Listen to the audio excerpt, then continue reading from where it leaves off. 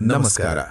ಜಗತ್ತಿನ ನಿಮ್ಮ ತಪ್ಪುಗಳಿಗೆ ಬೇರೆಯವರನ್ನು ದೂಷಿಸುತ್ತೀರಾ? ಯಾರ ಹತ್ತಿರ ಹೆಚ್ಚು ಹಣದಿಂದ ಒಪ್ಪಿಕೊಳ್ಳುತ್ತೀರಾ?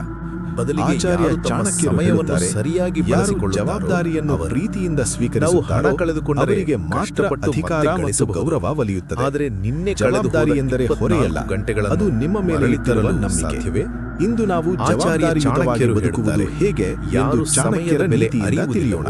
ಅವರಿಗೆ ಯಶಸ್ಸು, ನಾಯಕತ್ವ ಮತ್ತು ಜವಾಬ್ದಾರಿ, ಲೀಡರ್ಶಿಪ್ ಅಂಡ್ ರೆಸ್ಪಾನ್ಸಿಬಿಲಿಟಿ ಹಣವನ್ನಾಗಿ ಚಾಣಕ್ಯರ ಮೊದಲ ಪಾಠ ಬದಲಿಸುವುದು ಜವಾಬ್ದಾರಿಯು ಅಧಿಕಾರಕ್ಕಿಂತ ದೊಡ್ಡದು ತಿಳಿಯೋಣ. ಚಾಣಕ್ಯರು ಚಂದ್ರಗುಪ್ತನಿಗೆ ಕೇವಲ ಕಿರೀಟವನ್ನು ನೀಡಲಿಲ್ಲ, ಅದರ ಜೊತೆಗೆ ಕೋಟ್ಯಾಂತರ ಜನರ ರಕ್ಷಣೆಯ ಜವಾಬ್ದಾರಿಯನ್ನು ನೀಡಿದರು.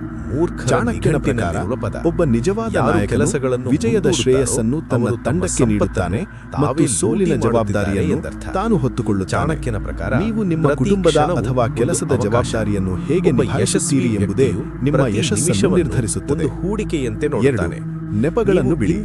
ಚಾಣಕ್ಯರು ಹೇಳುತ್ತಾರೆ, ಸಮಯ ಮತ್ತು ಸಂದರ್ಭವನ್ನು ದೂಷಿಸುವವನು ಎಂದಿಗೂ ಗೆಲ್ಲಲಾರನು. ನೆನಪಿಡಿ, ಜವಾಬ್ದಾರಿಯುತ ಯಾರಿಗಾಗಿಯೂ ಯಾಕೆ ಆಗಲಿಲ್ಲ ಎಂದು ಯೋಚಿಸುವ ಬದಲು ಸಮಯದ ಹೇಗೆ ಮಾಡಬೇಕು ಎಂದು ಯೋಚಿಸುತ್ತಾನೆ.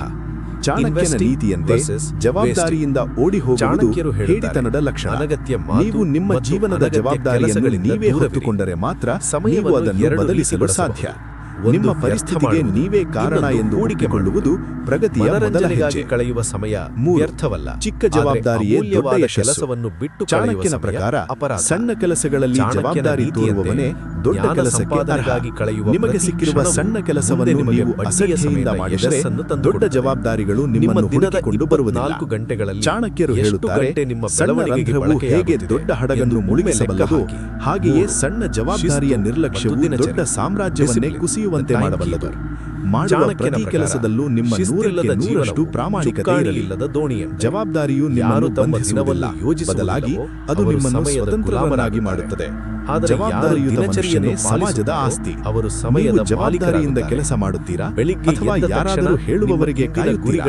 ಕಮೆಂಟ್ನಲ್ಲಿ ತಿಳಿಸಿ.